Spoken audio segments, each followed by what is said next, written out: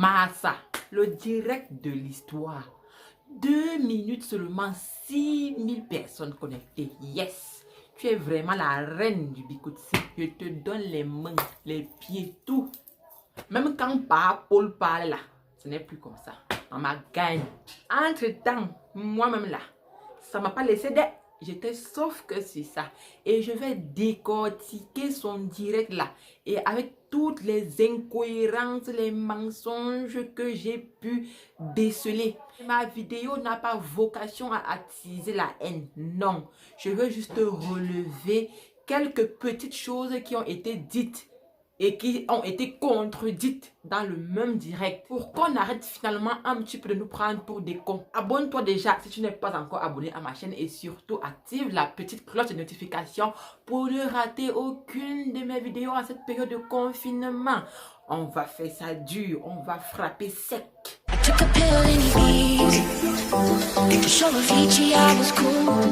Le direct d'hier a été annoncé quelques jours avant et il a été ponctuel, c'est-à-dire qu'à 20h pile, le direct a commencé. Je n'ai jamais vu autant de personnes versées sur un direct. On a atteint presque les 60 000 personnes connectées. Waouh! Donc la première chose, moi, qui m'a marqué de prime abord dans ce direct, c'est que je vois la tête d'un journaliste là.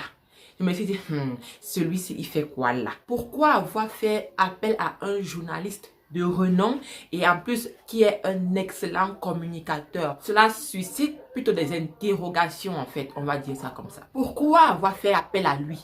Ne pouvait-elle pas simplement s'ouvrir à ses fans à un moment d'intimité entre finalement elle et son téléphone, on va dire, sans aucune autre personne? Ça aurait été beaucoup plus crédible. Mais bon, je pense que c'était une stratégie pour orienter les questions finalement sur un plan bien précis et aussi en fait se dédouaner à un moment donné. Parce que là, comme c'est quelqu'un qui lui pose les questions, plus tard, elle pourra dire qu'en fait, c'est lui qui me l'a demandé, je n'ai pas répondu aux questions, ou alors je n'ai pas fait ce direct de mon propre chef. Parce que lorsqu'il y a une tierce personne qui vous pose des questions, finalement, on n'assume rien. Parce qu'on peut toujours se dire que non, s'il n'avait pas posé telle question, je n'aurais finalement jamais parlé du sujet. Or, lorsqu'on est face à son téléphone, toute seule, face à ses fans, on assume la pleine responsabilité de ce qu'on dit. Donc là, moi, je me dis que c'était un moyen de se protéger, de se couvrir par rapport à ce qu'elle allait dire finalement. Pour moi, ça veut que dire ça. Et aussi, il faut savoir que Roger Samnik de X Malaya était là. Qu'est-ce qu'il est venu faire là? Je ne sais pas trop, mais pour moi, ça veut vouloir dire qu'une seule chose. Il était là, en fait, pour apporter un peu plus de crédit à son direct, en fait, pour appuyer un petit peu sa thèse et lui apporter finalement son soutien invétéré, pour nous montrer que elle a des gens qui la soutiennent envers et contre tout, malgré le fait qu'on dise qu'elle est en froid avec tous les artistes, il y a quand même des gens qui la soutiennent. Pour moi, sa présence, c'est ce que cela voulait dire. Maintenant, quelles sont les incohérences que moi, j'ai décelées? Alors, le journaliste qui était là, vous le connaissez tous, je pense, c'est Ivo Pattern de la CRTV. Donc, la question qui a attiré mon attention, la première question qu'il lui a posée et qui a attiré mon attention, c'était celle de savoir finalement quels sont ces messages qui ont été affichés par son mari. Qu'est-ce que cela signifiait en fait? Et la réponse qu'elle a donnée m'a vraiment beaucoup choquée. J'étais même pas choquée, j'étais déçue. Je ne m'attendais pas à ce qu'elle fasse une réponse aussi... J'aurais mal parlé d'une collègue. Il suffit de prendre mon téléphone ici. Tu changes l'entête. Tu prends la photo de quelqu'un. Tu mets que c'est la personne. Est-ce que vous avez cliqué sur les liens pour voir que c'était vraiment les numéros de ces gens? Donc je vous rappelle que mon mari et moi, on est ce qu'on appelle... On est partout ensemble. Mon mail, c'est son mail. Mon blog Google, pour mon répertoire, c'est le même Google que mon mari utilise. Donc, selon elle, c'est un coup monté par son mari. Une machination, comme même il a dit sur sa page officielle. Donc, il aurait créé un faux profil avec un numéro lambda, comme ça pris au hasard. Il a attribué la photo de personnes comme ça au hasard, de ces deux hommes-là en particulier. Et il a commencé à s'envoyer des messages à lui-même en répondant sur le compte de Lady Ponce et tout. Bref, il a tout organisé. C'est ce qui a été dit par elle et c'est ce que son mari a dit quelques jours avant sur sa page officielle en montrant comment on peut facilement simuler des conversations et tout. C'est clair que c'est très facile de simuler des conversations entre deux personnes. C'est super facile. Mais sauf que là, pour vous, ne tient pas la route du tout. C'est archi faux ce que vous essayez de faire croire aux gens. Arrêtez de nous prendre pour des moutons. Et c'est faux. Pourquoi? Pour 3 raisons principales. La première, c'est que les dates sont là. Leur conversation date depuis juillet 2019. Alors, quel intérêt aurait un homme à simuler une conversation de depuis juillet 2019 pour venir la faire éclater, je sais pas moi, en 2020? Donc tout ce temps, il cause avec le monsieur en question, il lui donne rendez-vous à l'hôtel, il lui dit, mais ça n'a aucun sens, absolument aucun sens. Et il n'allait pas attendre autant de temps pour faire éclater ça s'il avait voulu nuire à sa femme. Il y a déjà ça. De deux, ces conversations-là, quand même, ont l'air très réelles. Je ne sais pas si vous les avez vues, mais c'est spontané. On a là 2 personnes qui s'échangent des messages de leur quotidien pendant plusieurs mois. 2 amoureux qui se racontent tout et rien et qui se donnent des rendez-vous et tout. Donc, c'est très spontané et c'est très réel. Contrairement aux autres posts, aux autres conversations qu'il a montées de toutes pièces qui ne ressemblent absolument à rien et qui sont très clairement des montages. La troisième des choses, et là je vais même aller plus loin, c'est qu'il y a un numéro qui est affiché dans les conversations. Ça, il n'a pas pris le temps de le masquer parce qu'il a agi sous le coup de la colère. Mais je vais prendre ce numéro-là devant vous. Je vais simuler un envoi Orange Money et on va voir le nom qui s'affiche. Comme vous le savez, les numéros sont aujourd'hui identifiés et surtout les numéros Orange Money. Ça affiche clairement le nom du propriétaire lorsqu'on veut faire un envoi. Donc, je vais simuler et on verra bien ce que ça donne. Le numéro, c'est le donc dièse 150 étoile 1 dièse. Et on valide, ça c'est le code d'Orange pour faire le transfert, d'accord? Vers un client Orange, oui. Et donc, on va taper le numéro, c'est le 696 711 658. Bon, on va envoyer comme ça. Donc, là, on n'a plus de doute. Il ne s'agit absolument pas d'une conversation qui a été montée de toutes pièces. C'est tout simplement impossible. Comme vous pouvez le constater, c'est impossible. La deuxième chose que j'ai remarqué comme incohérence, c'est que plus tard dans le direct, elle affirme que aucun sponsor de son Olympia n'est camerounais. Ça, elle a dit et elle a signé Mordicus. Aucun sponsor de l'Olympia n'est camerounais. Aucun sponsor de l'Olympia n'est camerounais. En dehors de Monsieur Fono, du Mitard, qui m'a aidé en donnant une participation pour payer 4 billets d'avion. Or, elle a oublié qu'en début du direct, lorsque le journaliste lui a posé la question de savoir quelles sont les relations qu'elle entretient alors avec les 2 hommes avec qui on a remarqué ces échanges et tout, elle a tout simplement dit que l'un d'eux est un investisseur de son Olympia et que son mari est au courant du montant qu'il a investi. Mon mari, il y a une personne que mon mari connaît le montant de son investissement à l'Olympia.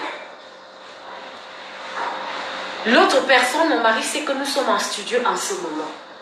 Ça aurait pu être Roger de X Malais avec... Ça veut tout dire en fait. Ça veut tout dire.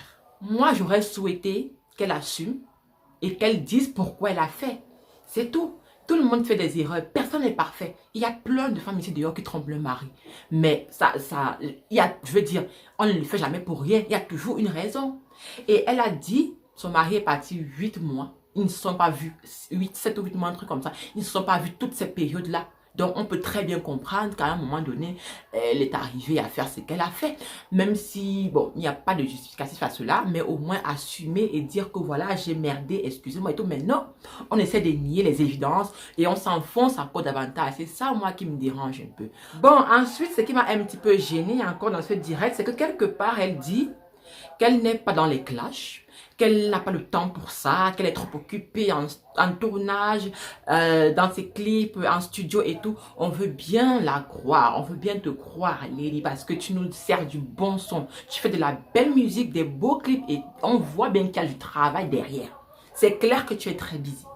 Mais, avoue aussi que tu es tombé très bas dans des clashs avec Manibela la dernière fois. Et c'est toi-même qui aurais initié ce clash. Vous avez supprimé tout ce clash-là de vos pages, mais moi, j'ai les captures d'écran. J'ai fait une vidéo là-dessus.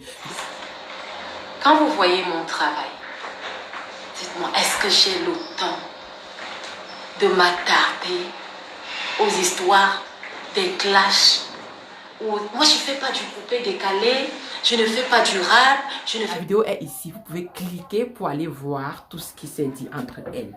Ça m'a choqué ce clash parce que Lady Ponce a mis ses enfants dedans. Elle a étalé la vie privée de Manibela alors qu'on sait que cette dame-là, elle est très discrète sur sa vie de famille. Donc, mettre des enfants dans une histoire de clash, en insultant même son mari, en le traitant de mougou parce qu'il croirait que un enfant de Manibela serait le sien. Or, ce n'est pas le cas. Une histoire complètement sordide qui nous a été servie par Lady Ponce elle-même. Donc aujourd'hui, elle veut nous faire croire que ouais, je suis pas dans les clashs, je ne sabote pas mes collègues et tout. Ça, c'est complètement faux, c'est complètement hypocrite de sa part parce que ce n'est absolument pas vrai. Enfin, il y a eu ce petit extrait de la vidéo qui m'a aussi un peu interpellée. Coco Ajointé, c'est une chanteuse, une artiste qui connaissait que c'est que la com. Je venais d'annoncer mon Olympia. Elle n'a pas laissé que mon annonce fasse même 4 jours. Ceux qui connaissent la communication savent que on n'annonce pas un projet sur un projet. C'est-à-dire quoi? Elle devait laisser au moins l'annonce Mon Olympia minimum 1 semaine. Donc là, clairement, elle dit qu'il y a une sorte de non-respect envers le travail des autres. D'accord? Selon elle, il n'est pas normal d'annoncer un événement, un grand événement, lorsque quelqu'un a déjà fait une annonce d'un grand événement en amont. Il faut laisser passer au moins 1 semaine. D'accord, c'est même très bien et tu as raison. Coco l'a fait, tu nous l'as dit, mais toi aussi, tu l'as fait à Manibela hier. Pourquoi je le dis? Ça fait des semaines qu'elle annonce son nouveau single. Depuis des jours, elle fait la promo, la com dessus pour son nouveau single qui était censé sortir hier le 29. Et c'est ce jour-là que toi, la lady, tu as trouvé pour faire ton direct à toi quelques heures après que son single soit sorti. Non, mais tu te contredis. Pourquoi est-ce que tu n'as pas fait ton direct avant la sortie de son single à elle? Pourquoi est-ce que tu n'as pas fait ça alors après? Je ne comprends pas. Si pour toi, ce n'est pas normal de faire ce genre de choses-là. Le single de Manibela, c'était un grand événement, comme ton direct. Mais tu as fait en sorte que les deux sortent au même moment. Tu as détourné l'attention de ses fans vers. Donc, finalement, tu t'indignes vers des choses que toi-même, tu fais aux autres. Moi, il n'y a aucune cohérence dans tout ça. Aucune cohérence. Je ne suis pas là pour tirer sur toi parce que tu es une grande artiste et tu mérites vraiment que les gens te soutiennent à l'Olympia. D'ailleurs, moi, je le ferai. Je te soutiens pour ton Olympia à 100% parce que tu es une grande artiste, tu travailles beaucoup, tu viens de loin comme tu n'as cessé de le répéter dans ton direct et tu as le mérite d'y aller. Mais quand même, il faut qu'on reconnaisse que tu n'es pas très clair en fait. Tu n'es pas une sainte ni touche comme tu veux nous le faire croire. Parce que comme ton mari avait dit, devant les caméras, sous les feux de la rampe et tout, tu donnes l'impression d'être une femme douce, calme, mais il n'en est rien. Et ça, on peut le remarquer à travers toutes les incohérences qu'il y a eu hier. Tu n'as pas cessé malgré tout ce qui t'a fait, ce dont tu l'as accusé, de dire du début à la fin, mon mari, mon mari, mon mari. tout le temps. Je ne sais même pas combien de fois tu as utilisé ce mot dans ton direct. Tu ne peux même pas compter. Est-ce que si tu avais vraiment fait du mal, tu l'aurais appelé comme ça à plusieurs reprises? Lui, quand il était énervé, il ne disait même pas tout le temps ma femme. Hein. Des fois, il disait Rufine, Adèle. Mais toi, tout le temps, tu n'as même pas prononcé son nom une seule fois. Encore une fois, ma vidéo n'est pas là pour inciter à la haine. Parce que tu es une très grande artiste, je le réitère, tu as une voix sublime. Mais est-ce que les uns et les autres feront abstraction de tout ceci pour finalement aller te soutenir à l'Olympia? Ça, c'est un débat, c'est une autre question à laquelle vous allez répondre. Allez-vous la soutenir à l'Olympia malgré tout? Mais il faut savoir que de manière générale, si tu penses voir à l'Olympia, c'est le 237 qui gagne. C'est notre culture qui sera portée haut. Rien que pour cela, on devrait faire abstraction de tout ce qu'on sait, la soutenir à l'Olympia et peut-être après revenir lui faire des reproches ou pas.